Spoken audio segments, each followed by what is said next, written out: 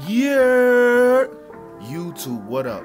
Welcome to another edition of Wrestling with Watts. I'm your host, Watts, and today we're going to talk about a plethora of heel turns. We're going to talk about some heel turns that you should expect to happen within the next 6 months or whatever, or closer than that. I'm looking forward to it. I think that the only reason why a lot of these heel turns and these face turns don't necessarily work, I feel like they don't necessarily work because of the fact that, a lot of times these bookers, they don't have a clear plan as to why they're turning these guys heel or face. You know what I'm saying? And if you hear noises on the background, that's because I live in New York, and New Yorkers don't know how to be quiet. And I live by a train station. But that's neither here nor there. I feel like a lot of these heel turns don't work because they don't have a clear plan. They don't write things out for like 6 months from now, a year from now. And plans change, obviously. Like sometimes what you thought was gonna happen doesn't happen. Some people don't get the reaction that we thought they was gonna get, etc., etc. But a lot of times it's the fact that they don't necessarily, they'll turn somebody heel and then sit them down for like 2 weeks, and we don't see them for 2 weeks, and we don't really hear much about it for 2 weeks. That don't be making any sense for real. Like we gotta turn it up, So without further ado, let's start. It's looking like they're going the route of turning Bianca Belair heel, and I don't know. I'm excited for it. Like I'm kind of looking forward to it because it also shows another layer in her game. You know what I'm saying? Like the wrestling purists who used to watch NXT when it was black and gold, we know Bianca could be a heel. Bianca Belair could be a heel, and she could be a great heel at that. She teased it a little bit when we found out that Jade Cargill is injured. She got massacred and will not be a part of War Games. And I was excited. I was like, not excited about the injury, obviously. I was more so excited about the way that they could go with booking this. They could go the route of having Naomi be the one who ended up attacking her. They could go the route of having Bianca be the one who attacked her. And then they can also go a way completely different route and have, because personally, I don't know, man. I don't think that, it would be too obvious for it to be Liv Morgan and all of that, for it to be Liv Morgan's team that did this. It's way too obvious. So I'm thinking that it was one of the face girlies who did it. It wouldn't be Rhea Ripley because at the end of the day, she's tapped into her own little feud with Liv Morgan and Raquel Gonzalez and stuff like that. I don't think it would be Nia Jax. It could be Nia Jax, but I don't think it would be Nia Jax because that would be too obvious as well. I think it came from her own team. I think it might have came from Naomi or Bianca, and shout out to Black Couch Booking for talking about this, but I feel like if it is Bianca, she should cut the promo of her life. At the end of the day, the main reason why people started booing John Cena after a while was because it was just the same old stuff every single week. That's the reason why people, it wasn't because, John Cena actually sucks. It was because every time John Cena would be faced with adversity and he would somehow come out unscathed.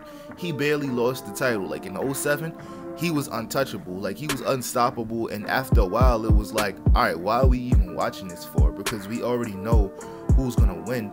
It has to be a situation where we don't know who's gonna win.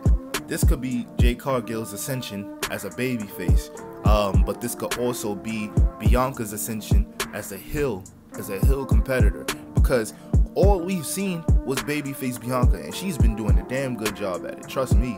But it might be time. It also opens the door for her to go back into the women's main event. And I mean, technically she never really left the women's main event. I truly just compare it to like John Cena, when John Cena was the WWE champion and then he won the tag titles with Shawn Michaels. It felt important, So her being a tag team champion does make the title feel more important. That first go around, they did BS.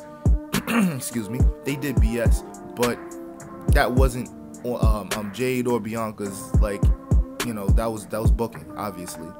But I'm looking forward to it because it can legitimately open the door and just more layers to the onion, you know what I'm saying? Another heel turn that's coming is definitely Fraxium. Nathan Frazier and Axiom from NXT, the NXT Tag Team Champions. They've been doing this slow burn for a while, as far as, oh, who's better? I'm better than you. Are you better than me? I'm faster than you. Are you faster than me? I can freeze time with math. I'm just faster than everybody. They've been doing this little tit for tat thing, but I like what they're doing because it's like, it's not like they're losing their matches and losing their tag team title matches along with it. They're actually really, really good. So you can tell that it's like, all right, these guys aren't even on the same page for real, but when they are on the same page, they're cold as hell. So I've been enjoying their tag team reign. I do think that it's time for them to come up off that title, though. Damn, excuse me, sorry. I do think that it's time for them to come off that title, though. I feel like there's so many other tag teams that can, like, you know, hold that. But if they do split, I feel like Nathan Frazier should be the one that turns heel. They should bring back his talk show monologue. And then just once he turns heel, have him just, you know, just shit on Axiom. Just like, yo, I was the one carrying the team the whole time. Because that's what it's looking like they're getting at. Because Nathan Frazier got into the Iron Survivor Challenge recently. And now Axiom has been fighting to get into it too. But he got pinned by Ethan Page due to, actually, it wasn't even really underhanded tactics. Like, I think Ethan Page won clean. Wait, did he?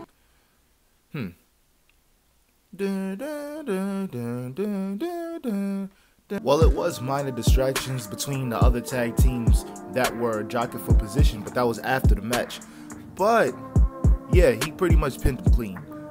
Off rip, I think that they should defend the tag team titles, lose the tag team titles at NXT Deadline, and then after they lose the championships, they both compete in the Iron Survivor Challenge. And then what happens is one causes the other to not get the last pin, and then they both end up not winning. And then Nathan Frazier just turns on him, just loses his shit, and just kind of goes crazy and just goes, I'm attacking you because of the fact that you stopped me from like on some like Batista, Rey Mysterio stuff. That's what I want. I want that to happen. That's like the easiest way. Oh, you always held me back. You always held me back. Blah, blah, blah. Then that sets up for a match between both of them. And that's going to be a really good match. I'm looking forward to it. The New Day is looking like during this anniversary that's happening this Monday. It's actually this Monday. It's the first December Monday Night Raw of December, obviously. But if we're gonna do this, because low-key, at first I thought it was gonna be Xavier Woods that turns heel, but now I'm starting to think that it's going to be Kofi Kingston. And I'm gonna talk about both ways they can do this. Either way, it involves using Big E to make the heel turn mean something and be way bigger than we anticipated it to be. So I'll start with Xavier Woods. They do the ceremony as if they're doing like the Festival of Friendship, and I don't know, Woods turns, he attacks Kofi Kingston, but in order to make this worthwhile, he has to attack Big E too. And when I say he has to attack Big E, it could be Big E's trying to stop him from doing it, and then Woods be like, oh, so you taking his side.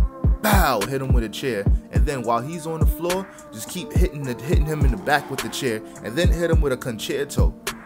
Yo, keep in mind, Big E has been out for 2 years with a broken neck, pretty much. So if you want to get real heat, this is how you do it. You get real heat by using Big E as a pawn, and that will intensify the heel turn on some whoa, wow, he really brutalized both of them guys. He don't rock with them. He, it was a boiling point. Wow, he's looking at it from the perspective of, wow, both of these guys won world championships and I never won one. So it's jealousy, it's anger, it's frustration, all of that. That's the best way to do it. And then we can even go as far as to have Xavier Woods have a big enforcer. That's how you do it. So you have Kofi Kingston looking for retribution, but at every turn he's getting knocked down by like this big enforcer. We can use like maybe like a Omos or somebody like anybody that's menacing. They could be somebody up and coming or something like that, so that now down the line, once Xavier Woods started getting full of himself, talking about, oh, do what I say, whatever, trying to smack him around and boss him around, then we get a face turn from the big man. Who knows? We shall see. Or we get Kofi Kingston turning heel, and then he attacks Big E and he attacks Xavier Woods and says, yo, I joined this team for you guys. This was to elevate y'all. It was never to elevate me. I was always that guy. Like Kofi already said, I was a Hall of Famer before y'all met me. I was a Hall of Famer before y'all told me to join this stupid team. I was running around. I embraced it completely. Yeah, we both won championships, but at the end of the day, look at what Woods been doing, whatever. Because I can only imagine, like, Xavier Woods is low-key poking the bear in regard to Kofi Kingston, talking about, I should be the one that run quarterback, whatever. Then every time he tries to take it upon himself to go into business himself, it doesn't work. They end up losing. It will be interesting. Or the third scenario, Big E ends up talking some sense into both of them, and instead of them turning on each other, they turn on the rest of the face division, and they turn heel and win the tag team titles. It could be that, and then Big E could just manage them. You never know. It's so many ways that they can go with this, but truly, I don't even think that they're gonna turn on each other. I don't know. I just don't think so. But if it happens, I'm looking forward to it. It'll be another layer in both Xavier Woods and Kofi Kingston's stories, because they ain't been really doing too much aside from this slow build up to turn on each other. You know what I'm saying? So I don't even think it's going to happen, but we shall see. Let me know what y'all think in the comments. Like and subscribe if you like what you saw. If you didn't, that's fine too. Yeah, we just been all tied up with between me seeing my family, work, trying to put videos out. It's been a lot, but I'm just trying to cover all cylinders, and you already know I got you covered, man. We cooking. But I'm out. Peace.